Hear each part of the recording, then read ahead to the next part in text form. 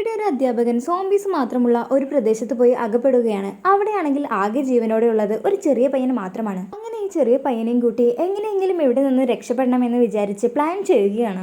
അപ്പോൾ ഈ ചെറിയ പയ്യൻ പറയുകയാണ്, സോംബി കടിച്ച് മരിച്ചുപോയ ഒരാളുടെ രക്തമെടുത്ത് ദേഹത്തെല്ലാം പുരട്ടുക, അപ്പോൾ നമ്മളെ സോംബീസ് ഒന്നും ചെയ്യില്ല എന്ന്. അപ്പോൾ ആ അധ്യാപകൻ ഇവൻ എന്തായാലും ഇത്ര കാലം ഇവിടെ ഇരുന്നതല്ലേ, അപ്പൊ ഇതിനെക്കുറിച്ച് ഇവന് നല്ല ധാരണ ഉണ്ടാകും എന്ന് വിചാരിച്ച് ഇവന്റെ വാക്ക് കേൾക്കുകയാണ്. എന്നിട്ട് അവർ ദേഹത്ത് രക്തവും പുരട്ടി സോംബീസിന്റെ ഇടയിലേക്ക് ഇറങ്ങി ചെല്ലുകയാണ്.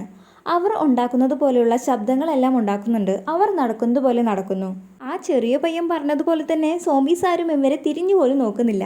എന്നാൽ ഇവർ ഒട്ടും പ്രതീക്ഷിക്കാതെ തന്നെ സോംബീസിന്റെ സെക്യൂരിറ്റിക്ക് ഇവരുടെ മേലൊരു ഡൗട്ട് തോന്നുകയാണ്. ഇതേ സമയം സോംബീസിന്റെ ബോസ് ആണെങ്കിൽ ഏറ്റവും മുകളിൽ ഇരുന്ന് ഇവർ ചെയ്യുന്നതെല്ലാം കാണുന്നുണ്ടായിരുന്നു. അങ്ങനെ ഇവരുടെ മേലൊരു ഡൗട്ട് തോന്നി ആ സോംബീസിന്റെ ബോസ് നേരെ താഴത്തേക്ക് വരികയാണ്. എന്നിട്ട് ആ ചെറിയ പയ്യന്റെ അടുത്തേക്ക് പോവുകയാണ്. അപ്പോൾ ആ ചെറിയ പയ്യൻ നേരെ ആ അധ്യാപകനെ നോക്കുകയാണ്.